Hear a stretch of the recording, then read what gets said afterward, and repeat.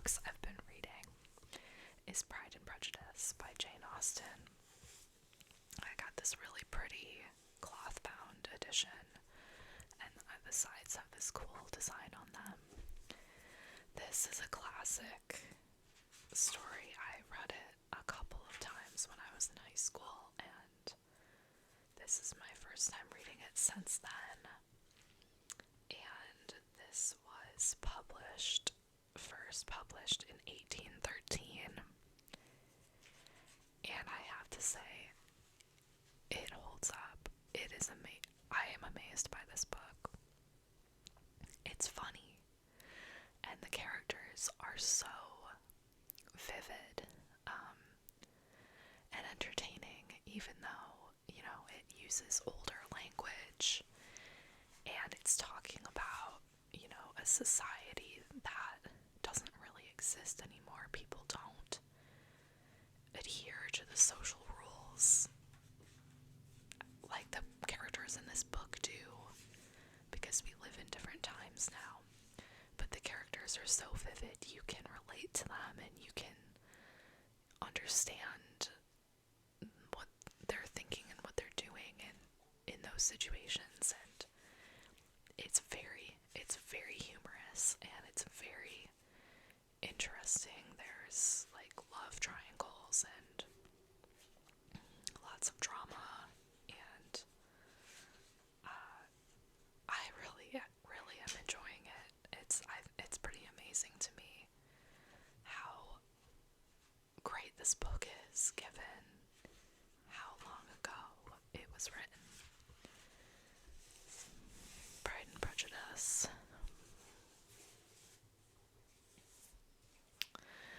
Another book I'm reading is called The Miracle of Mindfulness by Thich Nhat Hanh. And somebody gave me this years ago, and I just now am reading it. And this book was originally written as a long letter from Thich Nhat Hanh to the leader of this school of youth for social service in South Vietnam in 1974. So he founded that school in the 60s as an outgrowth of engaged Buddhism. And during the Vietnam War, the workers at the school and the students were coming under attack because they weren't taking sides on the war and not engaging in the conflict caused people to lash out against them. And so Thich Nhat Hanh was exiled in France and wrote this letter to the leader of the school to encourage the people at the school. And it's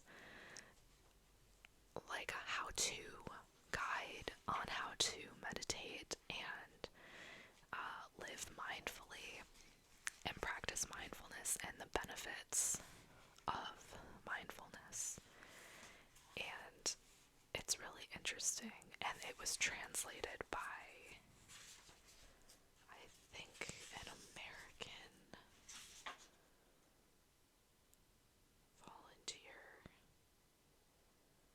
It was translated by a volunteer in when Thich Nhat Hanh was in France. I think he was American. Yes, American volunteer with the Vietnamese Buddhist Peace Delegation in Paris. So anyway, there's instructions in here, there's stories, there's a lot of talk about, how to live mindfully and the benefits of it, and, what that means. And I have really been enjoying it. I find it very comforting and helpful. I've meditated for years. I find it really helps me with my mental health, especially in times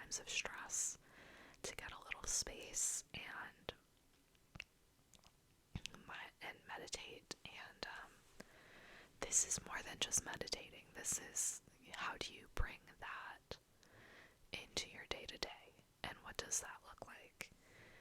And I've been trying some of the things that I've read in this book, and it's, I would say it's been helping me. It has helped me to be more calm, especially in days where the world feels out of control. So much is out of my control. It's helpful to get some space, like I said. So, this is The Miracle of Mindfulness.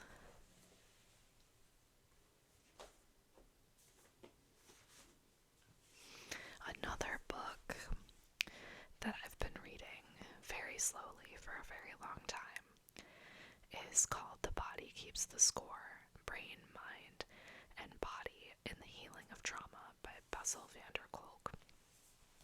This book is, it's about how going through trauma affects your body and your brain, and the connection between those two things, and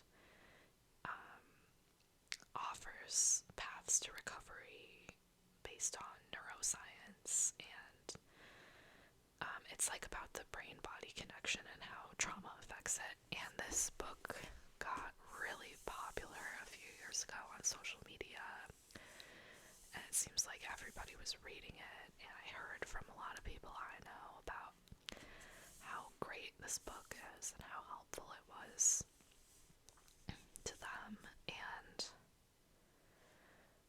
I have to say, my experience so far in reading it, I'm only that far, it is a very tough read. It deals with a lot of tough subjects. It describes in detail the trauma that people have been through and how that affected their lives, how it affected their bodies and their brains. It's tough subjects. It's not easy to read about, and I can only read sometimes a couple pages at a time. So given that, I actually am considering not finishing this, which usually I like to finish the books I read, but that just isn't part of the discourse that I heard a lot about this book, is like how hard it is to get through. At least I find it. So I think that this author, he was treating patients, and he tells you a lot of detail about their stories, but there's never, or at least the ones I've read, he doesn't talk that much about the conclusion, like, okay, here's what they went through, but how did they get over it? Were they able to have normal lives and move on? It's like he takes you to the point where there was the most trauma, and he uses it as an example of how trauma affects someone, but then he doesn't tell you what happened to the person that he's talking about. And that really bugs me. So, I have mixed feelings about this book, but I'm keeping it on my to-be-read list for the moment. If you want to try it, just keep in mind, it's not light, fun reading by any means.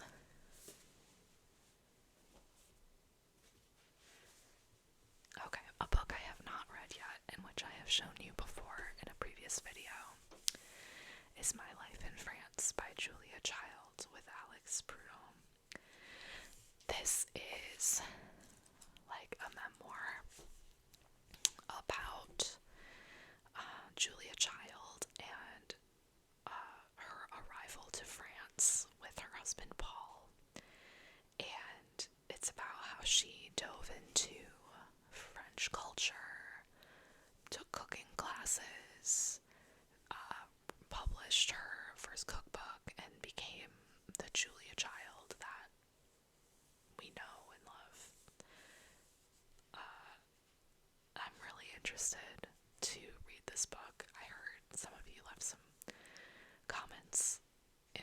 this video about how great this book is.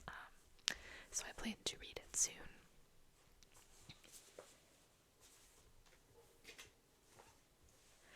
Another book I've shown you before is this book about Matisse by Volkmar Ussers. This is a whole, there's like a whole series of these books. I've started reading it. It's like a coffee table book.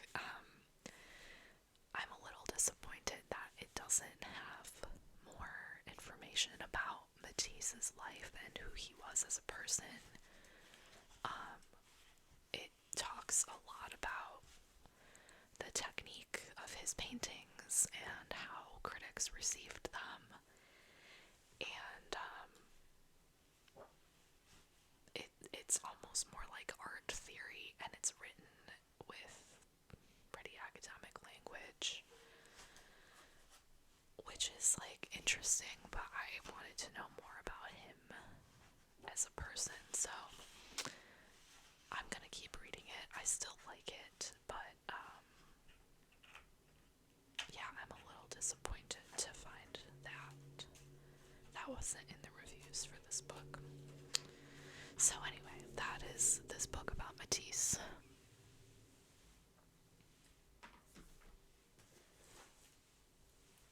This next book is a cookbook.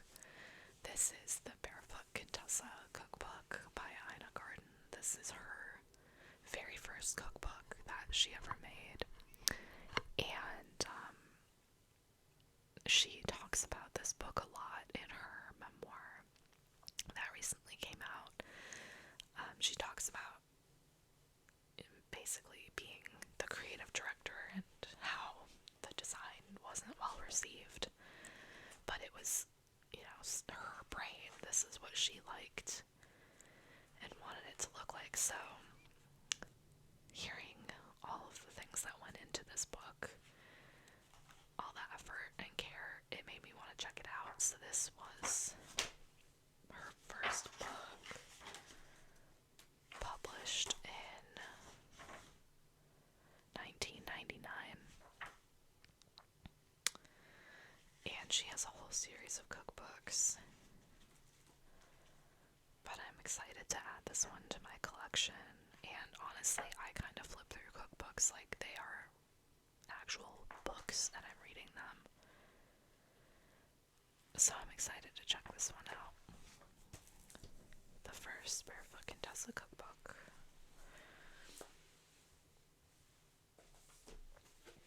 Okay, my last to be read book, Percy Jackson and the Olympians, Book 1, The Lightning Thief.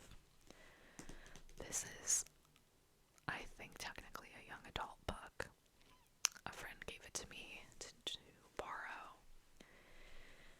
because I like Greek mythology and fantasy books, and this came out in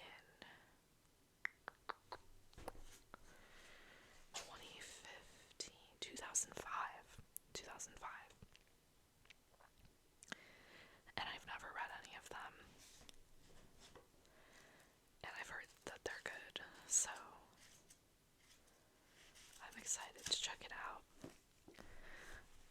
It says Percy Jackson is about to be kicked out of boarding school again, and that's the least of his troubles. Lately, mythological monsters and the gods of Mount Olympus seem to be walking straight out of the pages of his textbook into his life. Worse, he's anchored a few of them. Zeus's master lightning bolt has been stolen. Percy is the prime suspect. Percy and his friends have 10 days to find and return the stolen property and bring peace to a warring Mount Olympus. But to succeed, Percy will have to do more than catch the true thief. He must come to terms with the father who abandoned him, solve the riddle of the oracle, which warns him of betrayal by a friend,